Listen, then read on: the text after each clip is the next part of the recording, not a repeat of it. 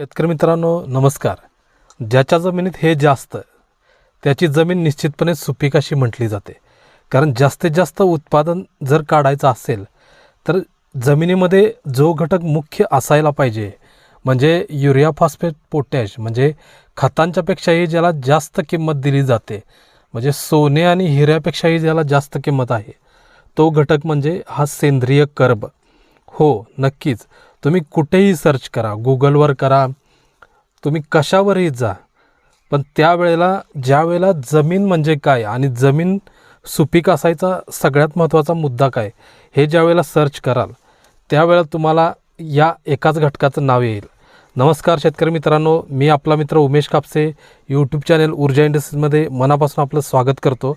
आजच्या या आपल्या घटकाचा विषय आहे सेंद्रिय कर्ब म्हणजे काय आणि त्याचे कार्य काय. जसं की आपण बघतो की एखादी इमारत बांधत असताना तिचा पाया जेवढा मजबूत तेवढी ती इमारत मजबूत बनते. तसेच यशस्वी शेतीचा पाया म्हणजेच सेंद्रिय कर्ब. आता हे सेंद्रिय कर्ब आणि युरिया किंवा नत्र याचं नातं नेमकं काय हे आपण बघूया. कारण सेंद्रिय कर्ब आणि नत्र याचं नातं जेवढं घट्ट तेवढंच उत्पन्न जातं.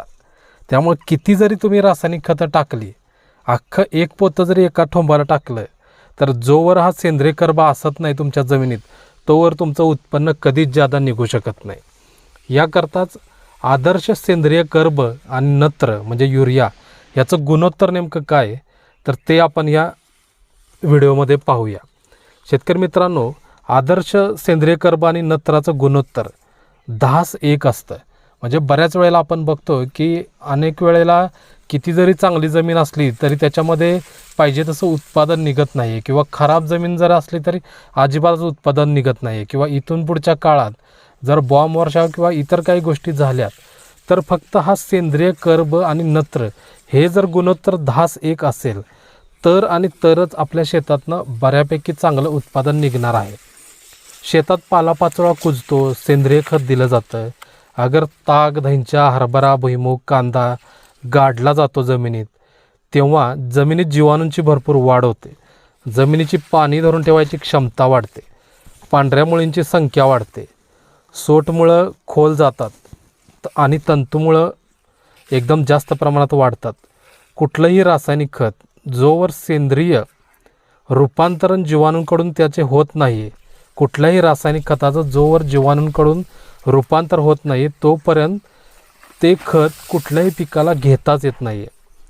याकरता जमिनीत ही प्रोसेस वाढवायची असेल तर आपणाला त्या पट्टीमध्ये उत्पादन हे निश्चितपणेच वाढते. चला तर मग हे डिटेल्समध्ये जाणून घेऊया. खरं तर हवेत 3000 ppm कार्बन डायऑक्साईड असतो. हो, कार्बन डायऑक्साईड म्हणजे CO2. तो पाला कुजताना 1000 ppm होतं. म्हणजे ज्यावेळेला आपण शेतामध्ये पाला ठेवतो, म्हणजे खोडवा असेल अगर लावण असेल, त्यावेळेला तो पाला ज्यावेळेला पावसाळ्यामध्ये कुजायला लागतो त्यावेळेला तो 1000 ppm एवढा त्याचा अंश होतो. आणि वनस्पतीला वाढीसाठी कार्बन डायऑक्साईड गरजेचा असतो. कारण लक्षात घ्या, आपल्याला शिकतानासुद्धा धडा होता किंवा वनस्पती ऑक्सिजन घेऊन कार्बन डायऑक्साईड घेऊन ऑक्सिजन बाहेर टाकते. कारण जेवढा जास्त या प्रोसेसद्वारे सूर्यप्रकाशाच्या मदतीने वनस्पतीचे अन्न तयार करायची क्षमता, म्हणजेच पाने रुंद जेवढी असतील तेवढीच तुम्हाला जास्त काळोखी येणार, जास्त पांढरी मुळी सुटणार, जास्त वाढ होणार आहे, तेवढंच उत्पादन आपल्याला जास्त येणार आहे. आणि ह्याकरता जास्तीत जास्त पांढरं मुळी सुटणे किंवा जास्तीत जास्त पान रुंदी करणे ही प्रोसेस आमच्या ऊर्जा इंडस्ट्रीजद्वारे आम्ही 100% ऊसाच्या बाबतीत तरी 5-4 बोटं रुंदी करूनच घेतो. कारण बघा, केळीचं घड एवढा मोठा का असतो तर केळीचं पान तेवढं रुंद असतं. याकरता ऊसाच्याही बाबतीत जेवढं पान रुंदी तेवढं उत्पादन जास्त येणार आहे. याकरताच आपल्या शेतीतले मोठे शास्त्रज्ञ श्री जगदीशचंद्र बोस यांनी आपल्याला सांगितलंच होतं की वनस्पती सजीव आहे, आपण पण सजीव आहेत. आणि हे त्यांनी सिद्धसुद्धा करून दाखवलं आहे. आपल्याला जसं लहानपणी फॅरेक्स टाईपमध्ये अन्न लागायचं, तरुणपणी BP, शुगर अशा प्रकारच्या ज्या काय आता ब्लड प्रेशर, शुगर ह्याच्या गोळ्या असतात, त्याचप्रमाणे वनस्पतीमध्ये सुद्धा त्या सजीव असल्यामुळे या प्रोसेस होत असणारच. आपण कधीही काहीही त्याला वनस्पतीला खायला देत असेल तर कॅन्सरसारखे रुग्ण वाढतच जाणार आहेत. त्याचप्रमाणे वनस्पतीमध्ये सुद्धा विकृती आता यायला लागल्यात. हे टाळायचं असेल तर आत्ताच आपण सुधारणं गरजेचं आहे, नाहीतर पुढची पिढी आपणाला माफ करणार नाही. याकरता सेंद्रिय कर्ब म्हणजेच पिकाचं अन्न, सेंद्रिय कर्ब आणि नत्र याचं गुणोत्तर 10:1 असणं हे गरजेचंच आहे. नमस्ते.